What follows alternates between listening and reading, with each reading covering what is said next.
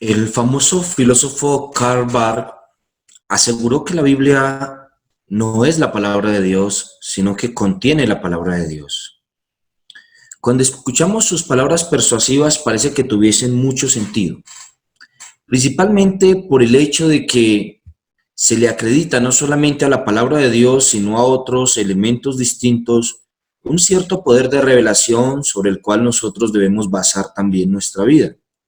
Llámese sueños, llámese visiones, o llámese cualquier tipo de nueva revelación mediante la cual Dios pudiese hablarnos.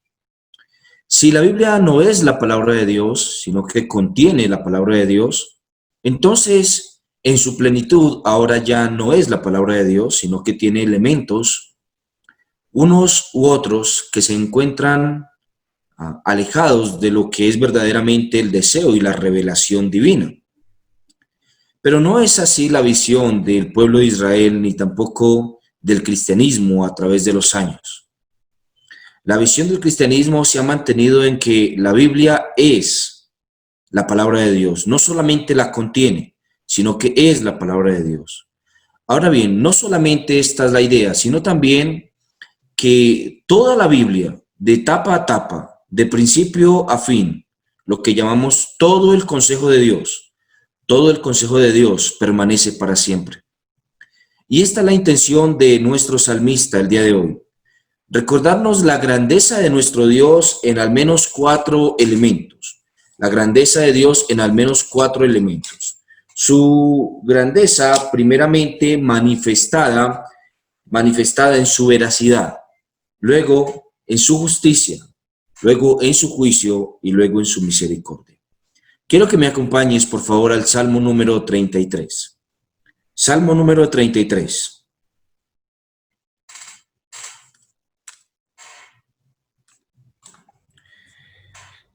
Alegraos, oh justos, en Jehová.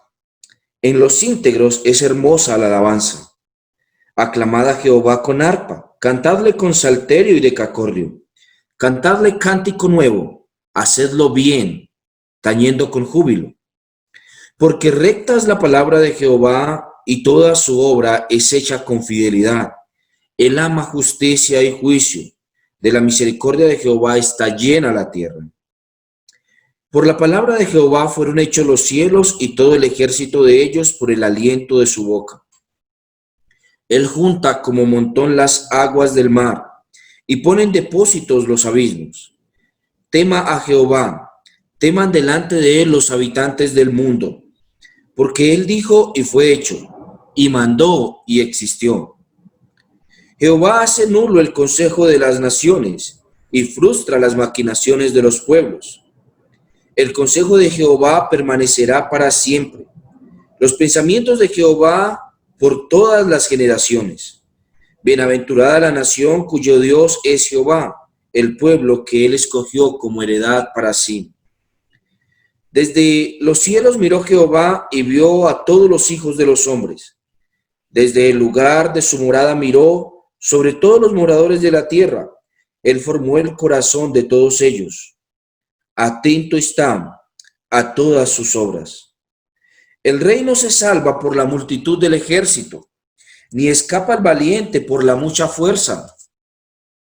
Vano para salvarse es el caballo. La grandeza de su fuerza a nadie podrá librar. He aquí el ojo de Jehová sobre los que le temen, sobre los que esperan en su misericordia, para librar sus almas de la muerte y para darles vida en tiempo de hambre. Nuestra alma espera a Jehová, nuestra ayuda y nuestro escudo es Él. Por tanto, en Él se alegrará nuestro corazón, porque en su santo nombre hemos confiado. Sea tu misericordia, oh Jehová, sobre nosotros, según esperamos en ti.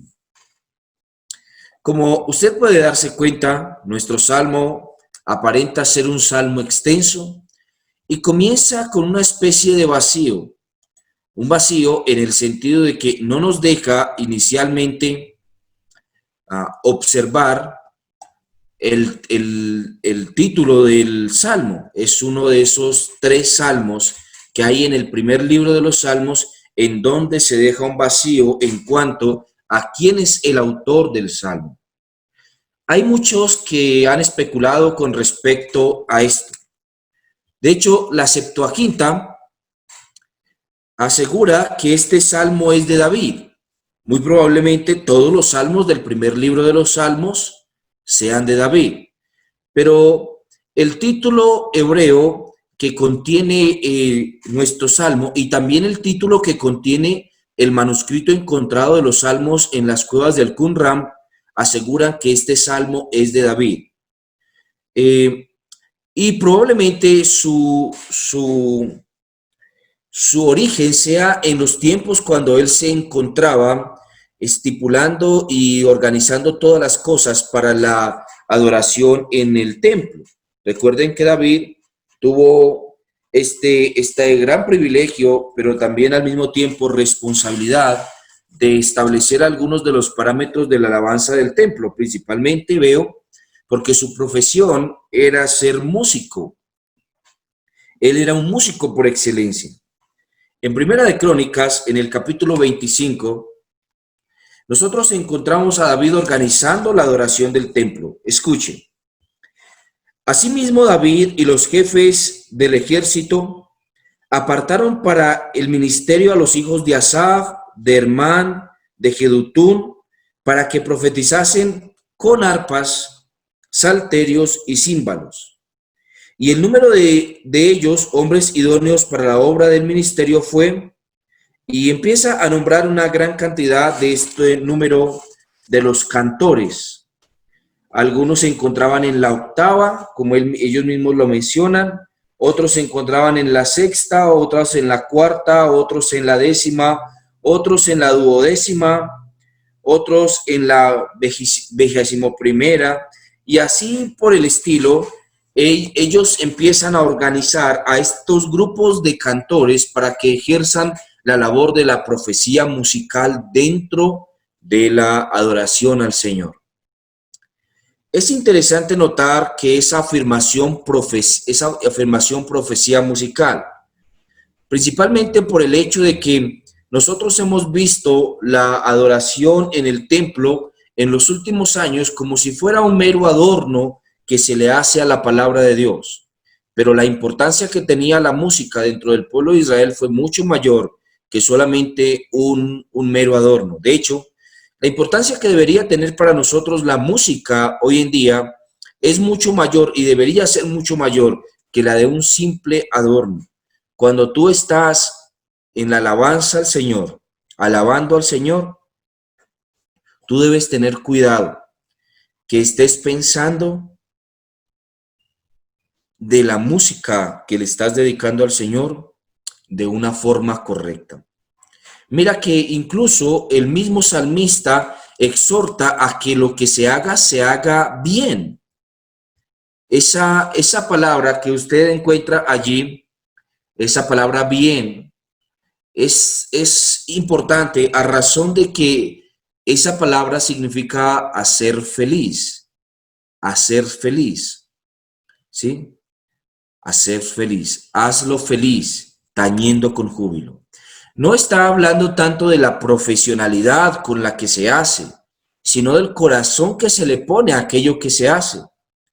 Tú no puedes estar adorando a un Dios tan poderoso que ha creado todas las cosas de una manera amargada, de una manera silenciosa, poco apasionada, alejada de lo que estás cantando, tu mente aislada y en otro lugar. Tú necesitas colocar todas tus fuerzas en aquello que estás haciendo, principalmente por el sujeto a quien le estás dedicando estas canciones, por aquel a quien le estás cantando.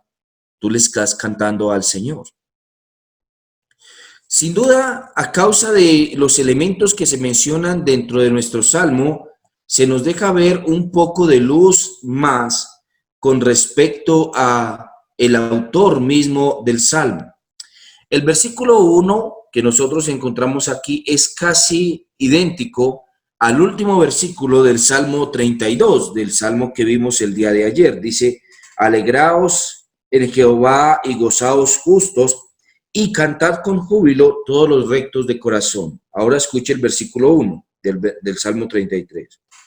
Alegraos, oh justos, en Jehová, en los íntegros es hermosa la alabanza. Nota esa calificación particular de nuestro salmista. Está exhortando a un grupo particular de personas a que alabe al Señor por quien Él es, a los íntegros. Los íntegros han de alabar al Señor por quien es el íntegro. Deben alabarle con instrumentos musicales, según la afirmación del salmista. No solamente hacerlo con alegría, luego él utiliza la palabra tañendo, es la palabra tocando o interpretando con júbilo, ¿sí? Con júbilo. Esa palabra júbilo es una redundancia aparente porque significa un grito de alegría. Hacedlo con alegría, cantando con alegría, es una reiteración de nuestra necesidad de alabar y de glorificar al Señor con alegría en nuestros corazones. No desconectando nuestras mentes, sino al contrario, que a causa del conocimiento que posee nuestras mentes nosotros podamos alabarle. Y mis hermanos, las iglesias bíblicas deberían alabar al Señor de una manera mucho más alegre de la que le canta cualquier persona que no tiene el conocimiento de la palabra y de la persona de Dios que poseemos nosotros. Hay un llamado a hacerlo con alegría, con gozo y con júbilo. En la segunda sección de nuestro salmo, nosotros encontramos algo maravilloso. Esta es la primera condensación de todo el salmo. Lo encontramos en el verso 4. Él dice, ¿cuál es la razón por la que nosotros deberíamos cantar con alegría a nuestro Dios? Nota la conexión. La palabra que une este cantar con alegría, haciéndolo con los instrumentos que él ha mencionado, se une a la segunda parte de nuestro salmo en un por qué. ¿Por qué? ¿Por qué tú debes alabar a Dios con alegría? ¿Por qué debes cantarle a Dios con alegría utilizando estos instrumentos que él ha mencionado? El arpa, el salterio y el decacordio, y hacerlo con una composición musical nueva. Es decir, que no debes conformarte con lo que tú ya sabes, sino que deberías cantar al Señor la palabra sir, y luego la palabra nuevo es esa hadas, la palabra nuevo, es decir, una composición musical propia o nueva que todavía no se conoce. Debes hacerlo a razón de que, nota ese por qué, es la importancia de nuestro salmo. Este es el centro de todo el salmo, este versículo número 4 y 5. ¿Por qué? Porque recta es la palabra de Jehová y toda su obra es hecha con fidelidad. Él ama justicia y juicio. De la misericordia de Jehová está llena la tierra. La razón de que este sea el centro de nuestro salmo es que en este salmo hay una condensación de todo el resto del salmo. Aquí se están condensando las cosas. Y la razón por la que nosotros debemos darle importancia a esta sección es porque se apela a la palabra de Dios como aquella que es recta y aquella que es fiel. La obra que está mencionando nuestro autor aquí es la palabra de Dios. La obra de Dios es su palabra, es un acto. Todo su acto es hecho con fidelidad. Toda su obra es hecha con fidelidad.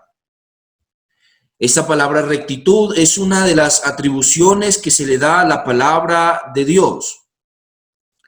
Algo recto es algo que se comporta conforme al diseño y los atributos de Dios, algo que no va en contra de las leyes morales del Señor, de la ley moral, es decir, de los 10 mandamientos. La palabra de Dios no solamente no va en contra de los mandamientos de Dios, sino que además de eso los da a conocer y los acentúa. Esto es un atributo propio de la revelación escrita del Señor. El atributo de la revelación escrita del Señor es que su revelación escrita ha sido una obra cuidada fielmente por Dios en cómo la inspira. Cuando nosotros vemos a través de la Escritura, en lo que llamamos el ejercicio de la teología bíblica de la Escritura, nos damos cuenta que la Escritura empieza a formarse por un mandato de Dios donde Él coloca el precedente. El precedente lo coloca Él, escribiendo en piedra con su propio dedo los 10 mandamientos. Luego, nosotros vemos que Dios hace un llamado a Moisés por primera vez a que él plasme en un libro las cosas que Dios le ha mostrado, las cosas que Dios le ha dicho. Y allí es donde nosotros vemos que se da a luz los primeros 5 libros de la Biblia: el Génesis, el Éxodo, el libro de Números, el libro de Levítico y el último libro de la vida de Moisés, Deuteronomio.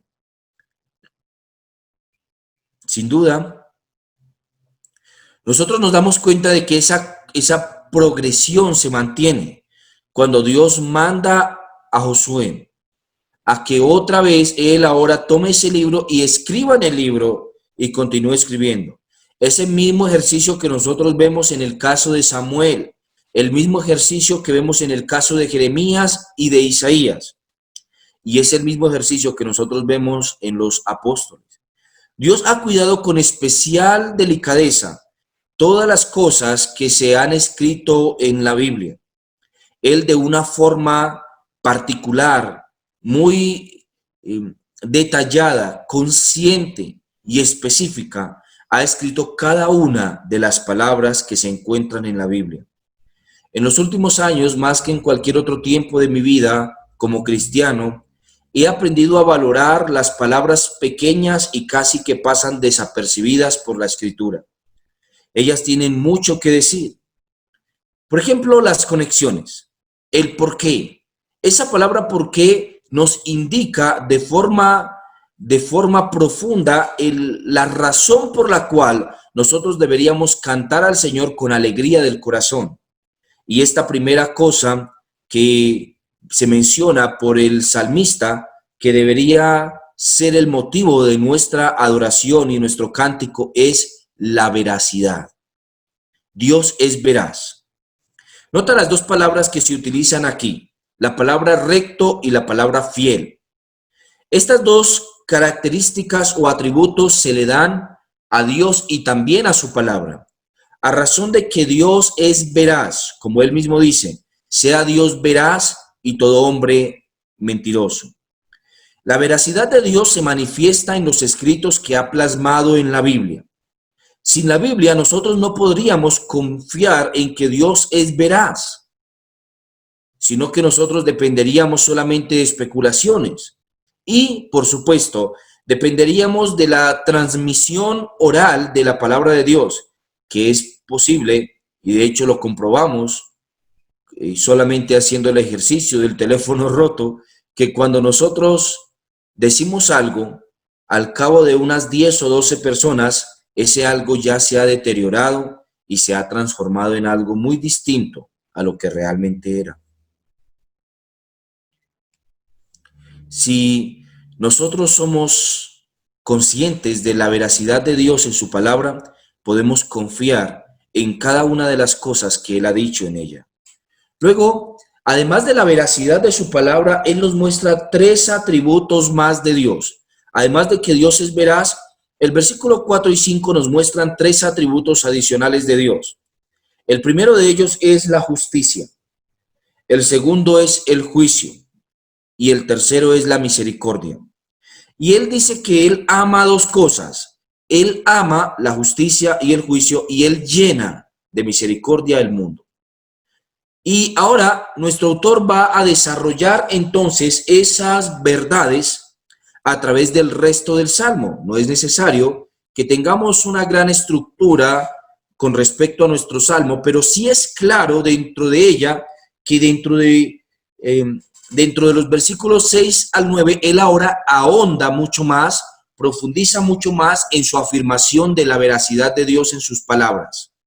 Luego, entre los versículos 10 al 12, él profundiza en la justicia de Dios. En los versículos 13 al 17, él profundiza en los juicios de Dios, y en los versículos 18 al 22, él profundiza en la misericordia de Dios. Siendo que ya los ha mencionado en los versículos 4 y 5, el salmista empieza a generar una especie de profundización. ¿Por qué no decirlo? Es un ejercicio exegético. El salmista ahora va a hacer una pequeña exégesis a cada una de las palabras que ha mencionado, a cada uno de los atributos que ha conferido a Dios. Su veracidad, su justicia, su juicio y su misericordia. Veamos primeramente entonces su veracidad, que se encuentra entre los versículos 6 hasta el versículo número 9. Entre los versículos 6 y el versículo 9 vemos al salmista profundizando en cuanto a la veracidad de nuestro Dios. Escucha, nuevamente él habla de la palabra del Señor. Por la palabra de Jehová fueron hechos los cielos, y todo el ejército de ellos por el aliento de su boca. Él junta como montón las aguas del mar. Él pone en depósitos los abismos. Tema a Jehová toda la tierra. Teman delante de él los habitantes del mundo, porque él dijo y fue hecho. Él mandó y existió. Si usted se da cuenta, esta profundización que hace el salmista con respecto a la veracidad de Dios en su palabra es ahora, o nos remonta ahora al momento de la creación en el Génesis, cuando el Señor solamente tiene que pronunciar palabras y todas las cosas son hechas por el solo hecho de que Él lo ha mencionado. Él habla y se hace. Si usted lo nota, es solamente un recuento de los primeros versículos del Génesis. Lo que Él dice es esto, que a causa de lo que Dios dijo, fueron hechos los cielos. Y que a causa de lo que Él dijo, también fue hecho el ejército del cielo. Que solamente es que Él hable, como lo hizo en el Génesis, en el capítulo 1, y las aguas se amontonan y se separan de la tierra y se colocan en lugares específicos, en depósitos. Y ahora, si esta es verdad con respecto a Dios y esta veracidad con respecto a su palabra es así, entonces esta veracidad es aplicada por el salmista en los versículos 4 y 5 a lo que Dios ha dicho en su palabra. La palabra de Dios ha sido cuidadosamente escrita por el Señor y deberíamos tener gran temor por ella, porque si Él dijo y fueron hechos los cielos y la tierra, entonces lo que Él dijo nada lo podrá mover, sino que su consejo se mantendrá para siempre. Normalmente a la Biblia se le da el apodo de el consejo de Dios. La razón es que mediante la palabra de Dios, Él instruye a todos los hombres, no solamente a los creyentes, sino a todo aquel que se acerca a la palabra de Dios. Todo el que se acerca a la palabra de Dios se convierte en sabio, porque la palabra de Dios hace sabio al sencillo. Mis hermanos, pero la palabra de Dios también dice que al final del mundo el Señor vendrá y aquellos que no confiaron en Él y no depositaron su fe en el Señor Jesucristo serán lanzados al infierno, a un lago que arde con fuego y con azufre, en la compañía de Satanás y los demonios, la bestia y el falso profeta. Y si eso lo dice la palabra de Dios, debería causarnos pavor, terror, puesto que este es el fin de los hombres. ¿Acaso Dios no habló y por el poder de su palabra los cielos y la tierra fueron hechos? Las tinieblas y la luz se separaron, el día y la noche se separaron, el sol y la luna fueron colocados con leyes específicas que los mantienen siempre allí. La palabra de Dios es veraz. Y el hecho de que Dios sea veraz nos indica de que cada una de las palabras escritas por el Señor en ella son veraces también. Y nosotros deberíamos tener temor cuando ella dice. Cuando vamos a la palabra de Dios y nos encontramos palabras específicas de Dios mencionando esto o aquello, entonces nosotros debemos recordar que Dios ha dicho y que Dios dijo y se cumplirá. Y que si Dios lo dijo, así será. Pero esto nos recuerda también las maravillosas promesas que hay en la palabra de Dios para nosotros. Él ha dicho que todo nos ayuda para bien, que no nos dejará morir de hambre, que Él nos protegerá, que Él nos ha dado vida eterna. La palabra de Dios dice que habitaremos con Él para siempre. La palabra de Dios dice que reposaremos en el cielo. La palabra de Dios dice grandes cosas con respecto a aquellos que hemos creído en Él. Así que de la palabra de Dios también nosotros tomamos gran ánimo para cantar al Señor con alegría, con voces de júbilo. Luego, después de que Él ha profundizado entonces en lo que significa su veracidad y cómo se comprueba su veracidad y la fidelidad de la palabra de Dios, ahora profundizará en lo que significa la justicia de Dios que se mantiene entre los versículos 10 hasta el versículo número 12. Aquí hay una pequeña mezcla entre lo que es el consejo de Dios y lo que es la justicia de Dios. Parece que fuera una transición entre el primer elemento y el segundo elemento. Escucha lo que dice. Jehová hace nulo el consejo de las naciones y frustra las maquinaciones de los pueblos. El consejo de Jehová permanecerá para siempre. Los pensamientos de su corazón por todas las generaciones. Bienaventurada la nación cuyo Dios es Jehová. Si nosotros nos damos cuenta, parece que estas afirmaciones aquí se mantuviesen pegadas a la anterior. Aún así, lo que nosotros notamos dentro de nuestro salmo es que hay una mezcla también con respecto a la justicia de Dios. ¿Por qué? Porque Él juzga a las naciones. Él es el que se atreve a hacer nulo su consejo, es decir, sus afirmaciones. Nuevamente, aquí la palabra consejo que nosotros vemos allí es una palabra hebrea, la palabra asak. Casi siempre es traducida así, como consejo. Y es la misma palabra, de hecho, que se utiliza al principio. Hay un contraste entre el consejo de Dios y el consejo de las naciones. Mientras que las naciones aconsejan a los hombres cosas que son contrarias a Dios y cosas que son contrarias al beneficio real para el hombre, Dios les aconseja a los hombres cosas que les traerán verdadero beneficio. La palabra de Dios le aconseja al hombre cosas que son realmente buenas para su salud, para su vida, para su moralidad, para sus sentimientos, pero principalmente para la salvación de su propia alma. Esto no lo hacen las naciones y muchas de ellas aconsejan en contra del consejo de Dios. Instan e instruyen a las personas para que actúen referente y con respecto a cosas que Dios no desea, cosas que Dios no ha mandado y cosas que son contrarias a la naturaleza misma del ser humano. Pero Dios le da buenos consejos a los hombres. Y Él es también el que frustra las maquinaciones de los pueblos.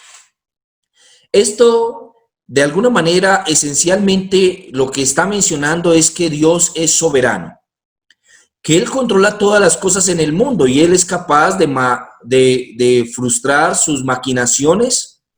Él es capaz de confundir sus pensamientos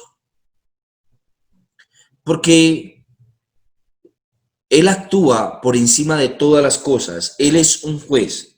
El juez es aquel que se encuentra por encima con la capacidad para juzgar sobre elementos de todo lo que está por debajo. Y así mismo es Dios.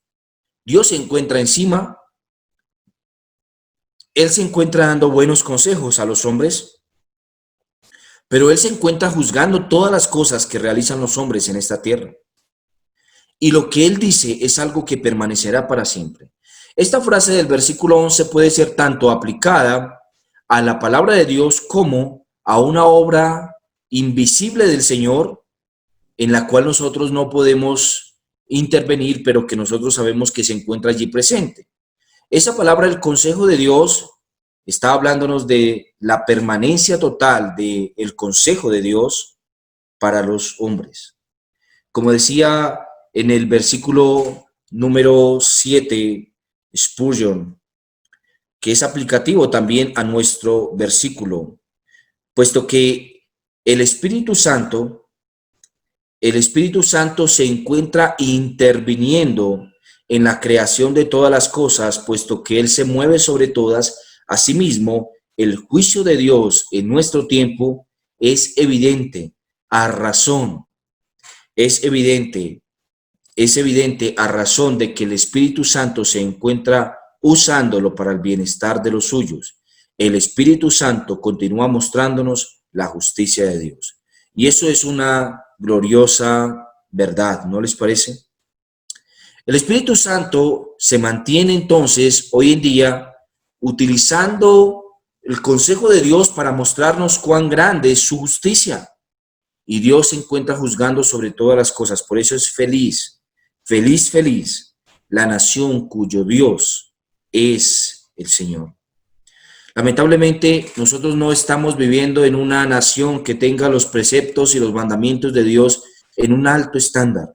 Al contrario, hemos visto que en las últimas décadas nuestros presidentes y gobernantes han ido permitiendo e incluso promocionando que se adentren en la nación, que se metan en la nación algunos elementos peculiares con respecto a las ideologías que son contrarias al Señor.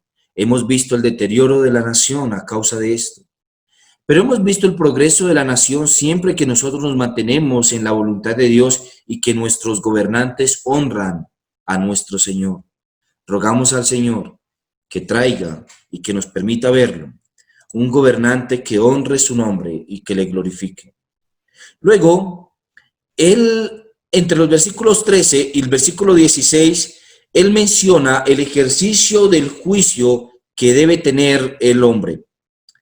Entre el verso 13 y el verso 17 se dan aparentemente dos elementos distintos, en dos esferas distintas. Uno, entre el versículo 13 y el versículo 15, y el otro entre el versículo 16 y el versículo 17. Míralo cómo lo hace. Él ahora profundizará en el juicio que tiene que ver con el rey, que tiene que ver también con Dios. Él dice que desde los cielos mira Jehová, él vio a todos los hijos de los hombres, desde el lugar de su morada miró sobre todos los moradores de la tierra. Eso es juicio. Él se encuentra vigilante. Y luego él dice, él formó el corazón de todos ellos, atento está a todas sus obras. Eso es el ejercicio del juicio. Para nosotros poder juzgar debemos estar cuidadosamente pendientes de lo que está haciendo una persona o una cosa. Dios se encuentra atento a todas las cosas. Él puede realizar el ejercicio del juicio. ¿Por qué? Escuche lo que dice el autor de los Salmos. Porque Dios formó el corazón de ellos. En nuestro salmo, entonces se le da el protagonismo en la formación de las almas a Dios. Dios es el que ha formado las almas. Por eso Él está atento a todo lo que ellas hacen. Él ha formado cada espíritu en la tierra. Y Él conoce los espíritus. No solamente porque Él lo ve todo, sino porque Él los ha formado. Él sabe que ha formado espíritus o almas que vienen con una espina clavada en ellas, la espina del pecado, y que la tendencia de las almas será a pecar. Por eso Él está atento a cada una de las obras de los hombres. Esta es una afirmación que se repite un poco más adelante, cuando Él dice que Él creó sus corazones. Luego, entre el versículo 16 y el versículo 17, nosotros vemos el ejercicio del rey. El rey no se salva por la multitud de su ejército, ni escapa el valiente por la mucha fuerza. Vano es para salvarse el caballo. La grandeza de su fuerza a nadie puede librar. A nadie puede librar. ¿Se da cuenta? En esta siguiente estrofa, Dios atribuye al rey entonces la responsabilidad de salvarse por una cosa, el atender a los juicios de Dios. Él debe juzgar de la forma en la que Dios juzga, pero él solamente se salvará si él es justo y si él delante de los ojos de Dios ejecuta la justicia. No por la fuerza que tiene en su ejército.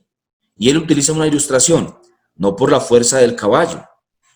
No es eso lo que hace salvo a un rey. El rey no se salvará por el hecho de ser un rey.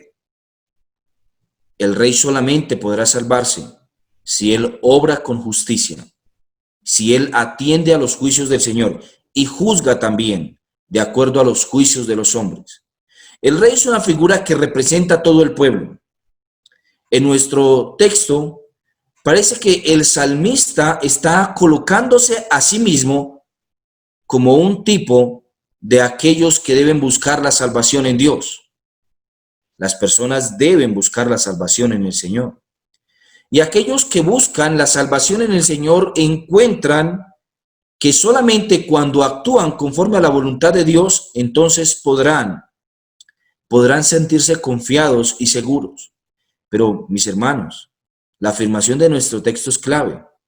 El rey no se salva por su ejército. El caballo no se salva por su fuerza. La salvación viene de nosotros atender al consejo del Señor, de nosotros atender a la veracidad de Dios establecida en su palabra, de nosotros aferrarnos a la justicia que es según Dios en Jesucristo. Nuestra propia justicia de ninguna manera nos hará aceptos delante del Señor. La justicia de Dios nos hace aceptos delante del Señor. Y nosotros confiamos y creemos en Dios y creemos en todo lo que Él ha establecido para nosotros. La última parte de nuestro salmo apela a la misericordia de Dios. Mira cómo lo hace. Es una profundización en el tema de la misericordia de Dios. He aquí el ojo de Jehová sobre los que le temen, y escuche, sobre los que esperan en su misericordia. ¿Para qué esperan? Para librar sus almas de la muerte. ¿Para qué más? Para darles vida en tiempo de hambre. La misericordia de Dios es para aquellos que esperan en el Señor, no para aquellos que se desesperan en el camino y toman la justicia por su propia mano o intentan por su propia cuenta solucionar sus diferentes cuestionamientos. Mira lo que está afirmando el salmista. El salmista está asegurando que la misericordia es para los que esperan. ¿Cuántas personas nosotros hemos conocido que no esperan en el Señor, sino que pronto intentan tomar soluciones por su propia mano, que los llevan al suicidio, que los llevan a otras diferentes y lamentables situaciones? La mano del Señor es algo que tiene que ver también con el ojo del Señor, lo que Él ve, su soberanía para preservar a todos aquellos que Él observa o que Él ve con gracia. Los rescates y las restauraciones son como un mosaico que sustenta la vida de los santos. La muerte no puede tocarlos hasta que el rey afirma su licencia y les deja partir. Y entonces su toque ya no es mortal, sino que es inmortal. No nos da muerte, sino que al contrario, no nos da vida eterna. Muchas personas han ido al suicidio pronto, han sido torpes en esto, porque no han esperado en el Señor para que el rescate venga de parte de Él. Si una persona era justificada de ir al suicidio, esa sin duda había sido David. Todos los momentos de sus aflicciones, todas las veces en las que deseó su muerte, todas las veces en las que tuvo que enfrentar conspiraciones contra él, en la rebelión de Absalón, en la rebelión de Adonías, en la persecución de Esaú, en el tiempo del conteo del conteo del censo del pueblo, cuando la plaga estaba inundando y matando al pueblo, mató a 144,000 personas. Nosotros nos damos cuenta de cada una de estas cosas cuando nosotros vemos la vida de David, pero él no fue pronto para acudir en buscar la solución por él mismo, sino que él esperó en la misericordia del Señor.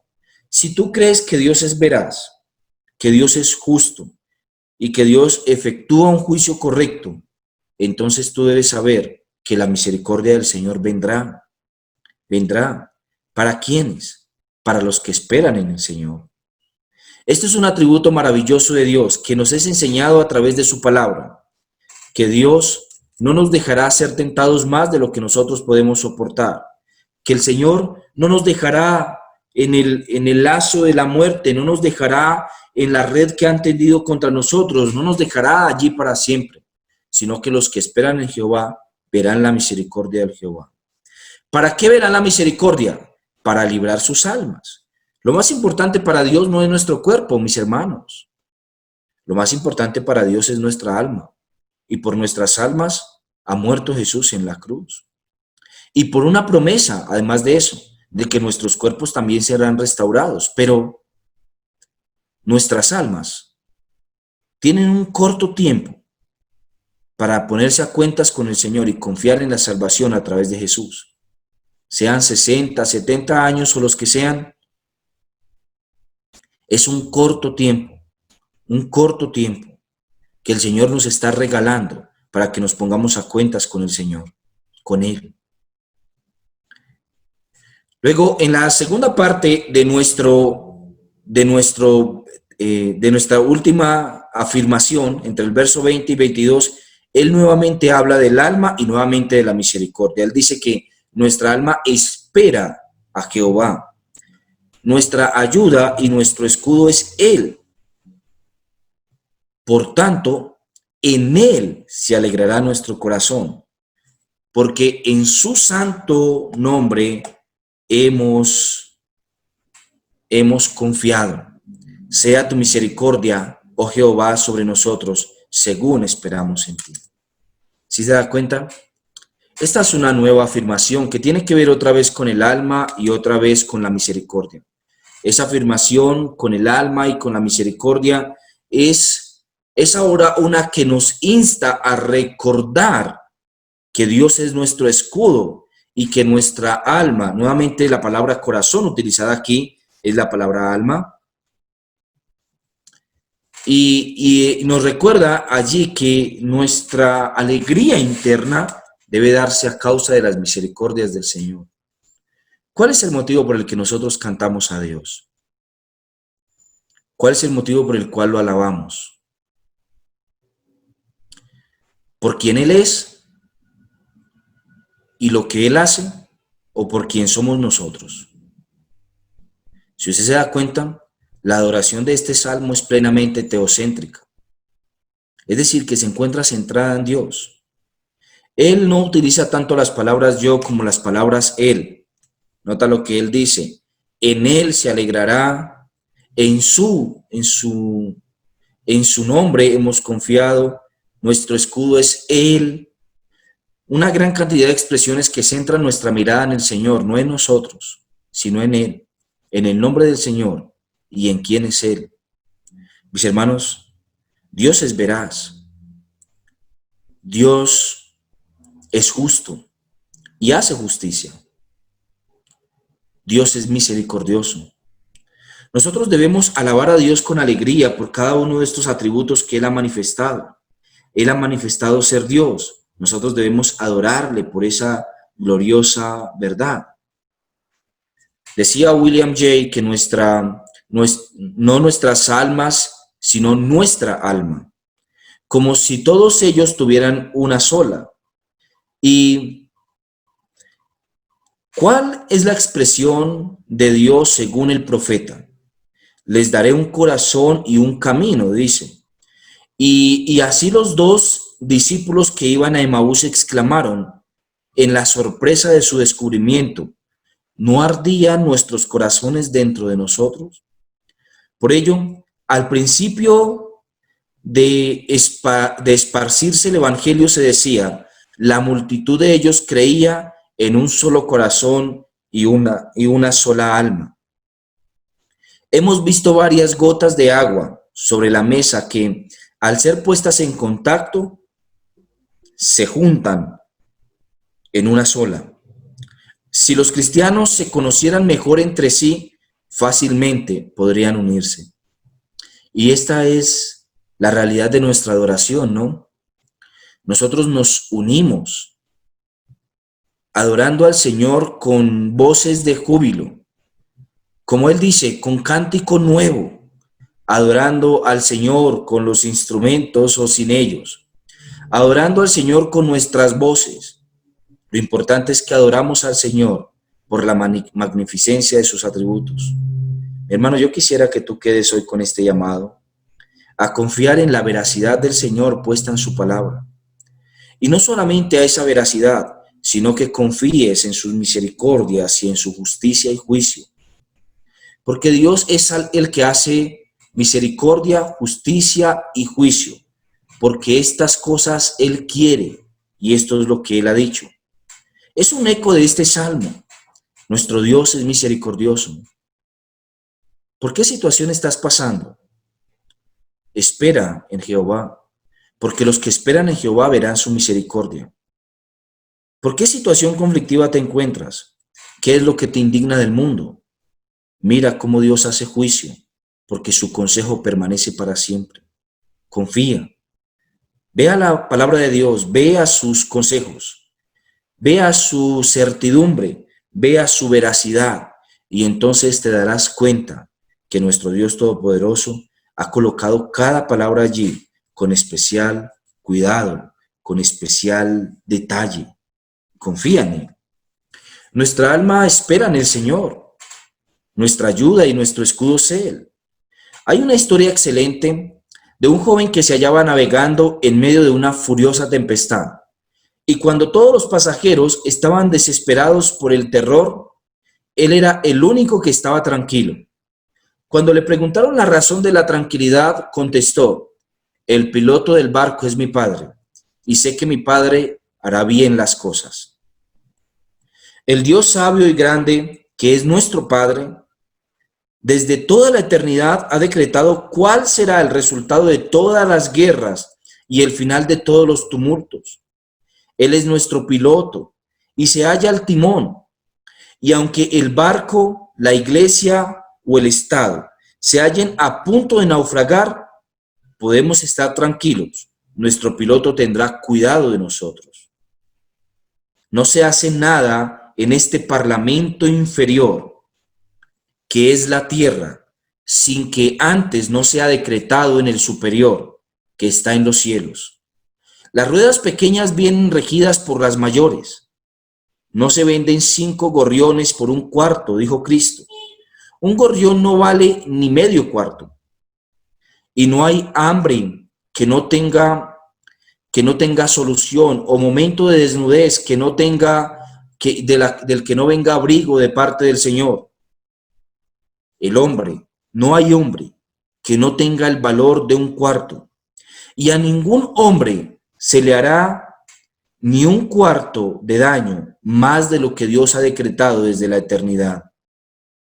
Esas son las palabras de Edmund Calamy, y si él las dice en medio de todas sus aflicciones mientras se encontraba sirviendo al parlamento, entonces nosotros podemos creer esto también. Y nos unimos a esa voz, no porque él las haya dicho, sino porque la palabra de nuestro Dios es veraz. Sea entonces Dios veraz y todo hombre mentiroso. Padre, hoy te alabamos, Señor, y te glorificamos por lo que tú has plasmado en tu palabra. Tú eres veraz. Y has colocado cada una de las palabras en la Biblia con un especial cuidado, Señor. Mientras yo más las estudio, mientras más profundizo en las palabras que pasan desapercibidas, más cuenta nos damos de que tú colocaste allí, más cuenta me doy de que tú has colocado allí cada palabra, con un especial cuidado, un cuidado que solamente puede provenir de la inspiración plena y total del Espíritu Santo.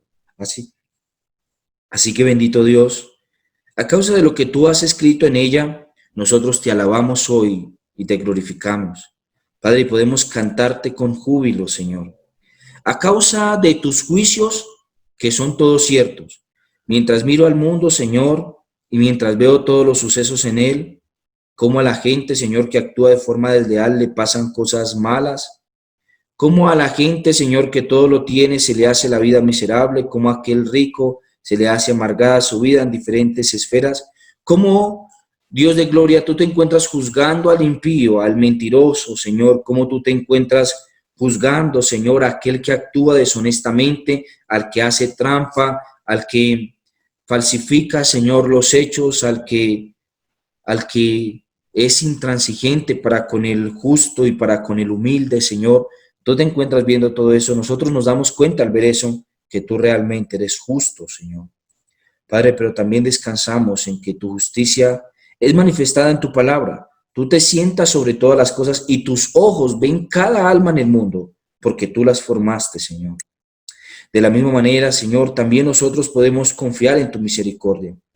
Si estamos pasando por situaciones difíciles, Señor, recuérdanos que las misericordias tuyas son para los que esperan en Jehová. Seas tú veraz, Señor, y todo hombre mentiroso, porque tu palabra, Señor, es ciertísima y nosotros podemos descansar en ella. Bendito sea tu nombre, Señor de gloria. En el nombre de Jesús. Amén y amén.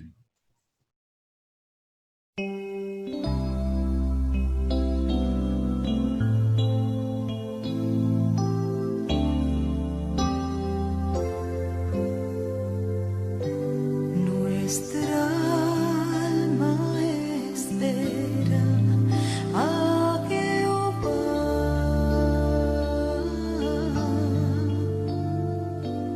y nuestra ayuda y nuestro escudo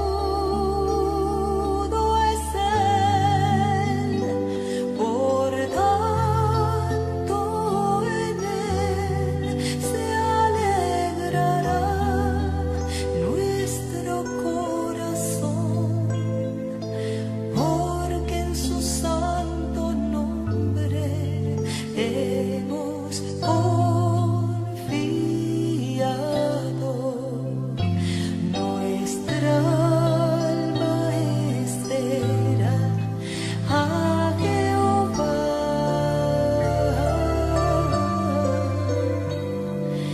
Nuestra ayuda y nuestro escudo es Él. Por tanto en Él se alegrará nuestro corazón, porque en su santo nombre hemos confiado. Por tanto en Él se alegrará nuestro corazón, porque en su santo nombre hemos confiado, sí,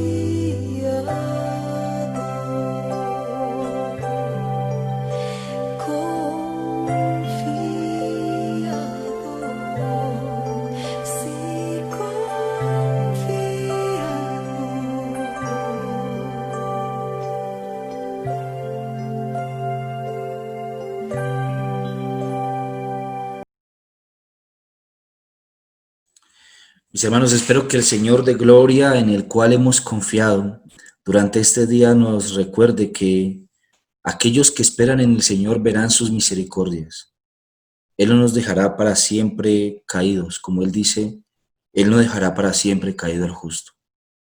Que Él nos recuerde que cada palabra escrita en su palabra, que cada cosa que Él ha dicho es confiable, es veraz, y que cada cosa ha sido puesta con especial cuidado allí. Que la Biblia no contiene la palabra de Dios, la Biblia es la palabra de Dios. Y podemos confiar en que cada cosa que se encuentra allí se cumplirá o se ha cumplido. También nos damos cuenta, mis hermanos, que Dios se encuentra mirando desde el cielo todas las almas y los corazones. Él se encuentra juzgando entre un corazón y otro corazón. Él se encuentra juzgando entre las intenciones y las motivaciones que los hombres poseen. Y Él hará justicia, porque Él se encuentra viéndolo todo desde los cielos. Espero que Dios les dé consuelo en que su misericordia llegará, en que su justicia se ejecutará y en que su palabra es verdad. Mis hermanos, Dios los bendiga y los guarde. Chao, chao.